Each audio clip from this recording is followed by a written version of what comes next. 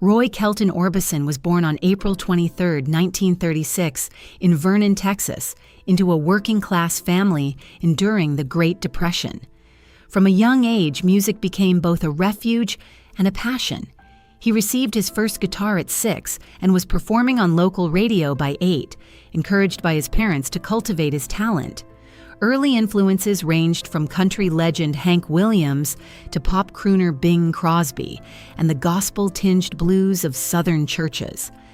After moving to Wink, Texas, Orbison formed his first band, the Wink Westerners, in high school, developing the songwriting and stage presence that would define his groundbreaking career. Early career and breakthrough. In the late 1950s, Orbison signed with Sun Records in Memphis, joining a roster that included Elvis Presley, Johnny Cash, and Jerry Lee Lewis. His initial rockabilly singles found modest success, but it was his move to Monument Records in the early 1960s that truly unlocked his potential. Collaborating with producer Fred Foster, Orbison crafted a sound that combined rock, pop, classical, and country elements. His 3-octave vocal range became central to his identity.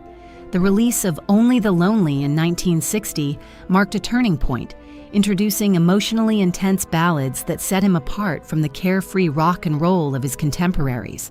Iconic hits and artistic signature Orbison quickly became known for songs that captured heartbreak with raw vulnerability. Hits such as Crying, Running Scared, In Dreams, and It's Over showcased his ability to convey profound emotion, while Oh Pretty Woman blended melancholy with confident swagger.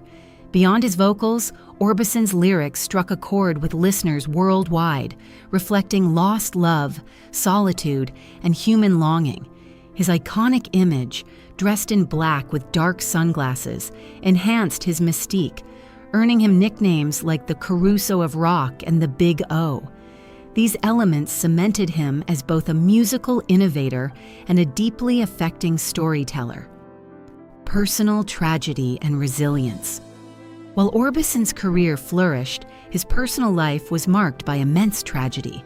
In 1966, his first wife, Claudette, died in a motorcycle accident, and 2 years later, a house fire in Hendersonville, Tennessee, claimed the lives of 2 of his young sons. Despite these devastating losses, he continued performing, often presenting a stoic exterior to fans. This public composure masked deep emotional struggles, which, as revealed in recently published excerpts from his journals, included heavy reliance on prescription medications, moments of despair, and contemplation of abandoning music or worse. These hardships shaped both his life and art. Musical resurgence in the 1980s. The 1980s brought a surprising career resurgence for Orbison. New generations of artists, including Bruce Springsteen and Bob Dylan, cited him as a major influence, while he returned to recording with renewed energy. In 1981, Orbison won a Grammy for the duet That Lovin' You Feelin' Again with country rock artist Emile Harris, demonstrating his ability to navigate contemporary genres while preserving the emotional depth of his music. This period marked a significant high point in his later career, reaffirming his enduring relevance and creative vitality, despite the personal and physical toll of decades in the music industry.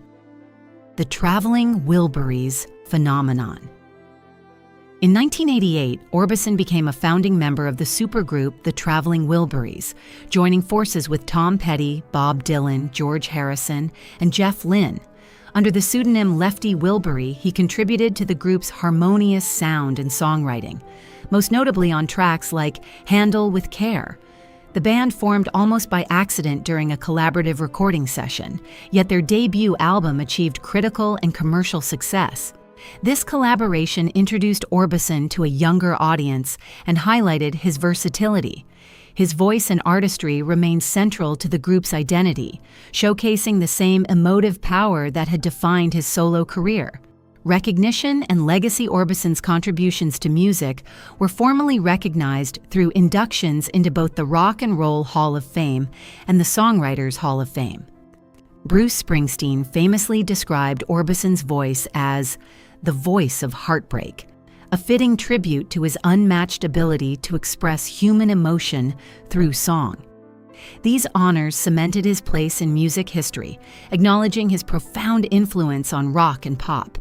Even as he gained renewed acclaim and public admiration, Orbison continued to navigate the ongoing physical and emotional consequences of his personal losses, revealing the complexity behind the celebrated persona the world adored, health challenges and hidden struggles.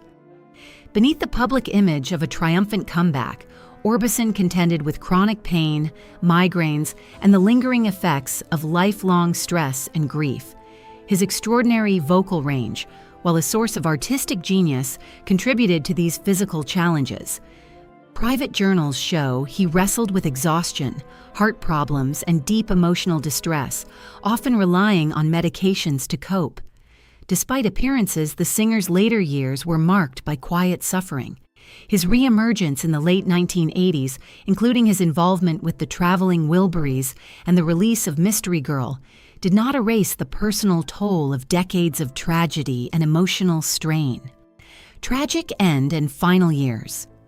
Orbison's life concluded abruptly with a heart attack at age 52, a shock to fans and the music world alike. Though his resurgence had brought renewed critical acclaim, he was living on borrowed time, physically and emotionally exhausted. Close friends now reveal that the vibrant public performances masked deep internal struggles. The tragic pattern of personal loss and professional perseverance underscores the duality of Orbison's life, celebrated artist and profoundly troubled individual. His death marked the end of a life spent creating music that reflected both his genius and the burdens he quietly bore. Emotional resonance of his music. Orbison's songs were not merely artistic expressions, they were lifelines. The soaring melodies, shadowed eyes behind sunglasses, and lyrics of love and loss were deeply personal. His ability to channel grief and longing into music allowed listeners to connect with emotions often left unspoken. The intensity and vulnerability in his performances transcended generations, ensuring that his work remained timeless. Fans experienced both beauty and sorrow in his music, often unaware of the profound personal pain that inspired it. Understanding this context deepens appreciation for the emotional authenticity and lasting impact of his artistry. Conclusion: the real story behind the legend. Roy Orbison's life and career were a complex tapestry of talent, tragedy, and resilience. He gave the world a voice that conveyed heartbreak, longing, and emotional truth, while silently enduring unimaginable personal loss. His legacy is a reminder that behind the glamour and public accolades, even extraordinary talent can coexist with profound suffering. The mystery of Orbison's life is not one of mythic triumph, but of human endurance, creating art that touches the soul while navigating grief and struggle. His music remains a testament to the power of vulnerability and the enduring beauty of the human spirit.